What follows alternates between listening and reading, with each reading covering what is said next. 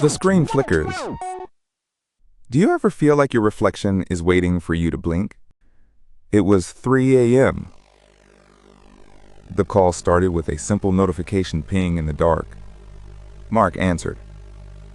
His friend Sarah looked pale on the other end of the line. Something felt wrong immediately. The frame rate dropped to a crawl, stuttering rhythmically. Sarah wasn't moving. She was frozen in a mid-sentence pose, eyes wide and unblinking. Mark laughed it off. He thought the internet was just acting up again that night. But then he saw it. In the window behind Sarah, her reflection began to twitch. The reflection was no longer a mirror image. It moved with a fluid, unnatural grace.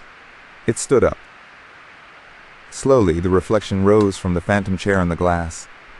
Mark whispered her name. "Sarah, are you there?" The reflection didn't stop moving. The entity in the window walked toward the door.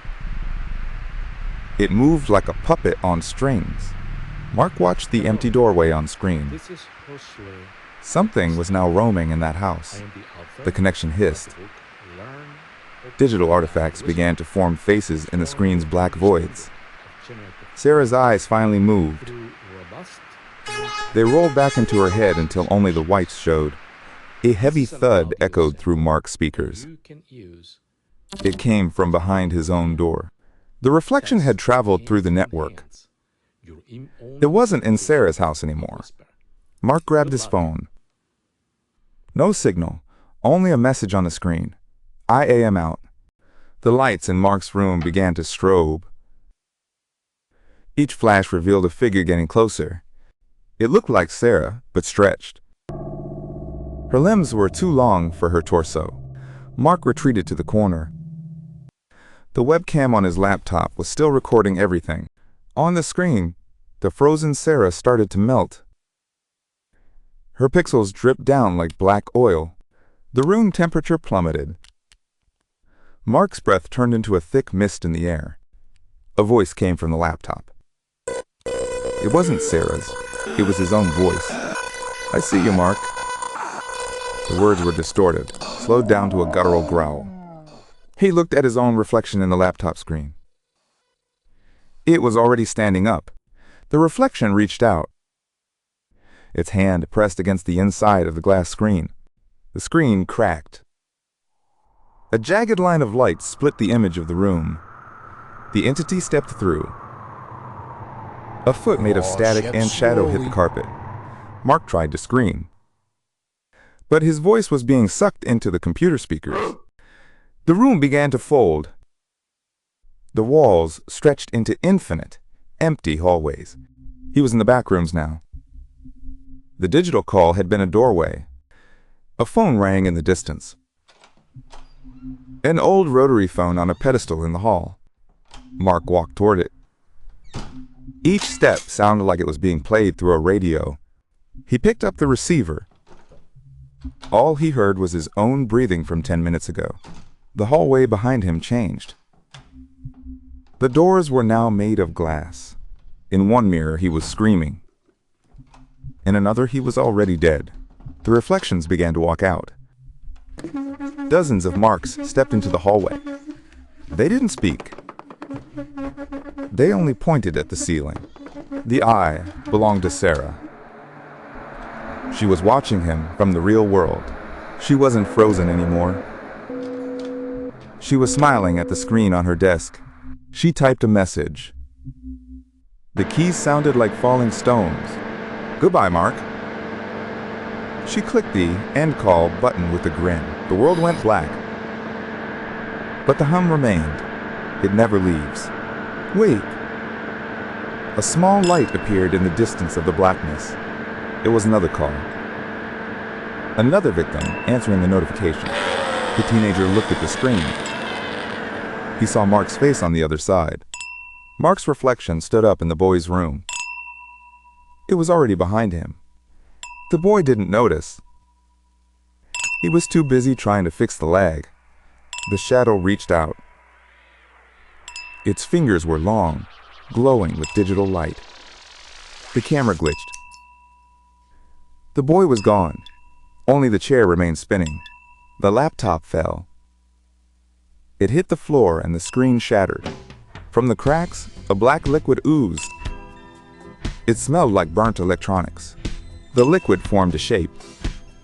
A small, crawling thing with too many eyes. It found the camera.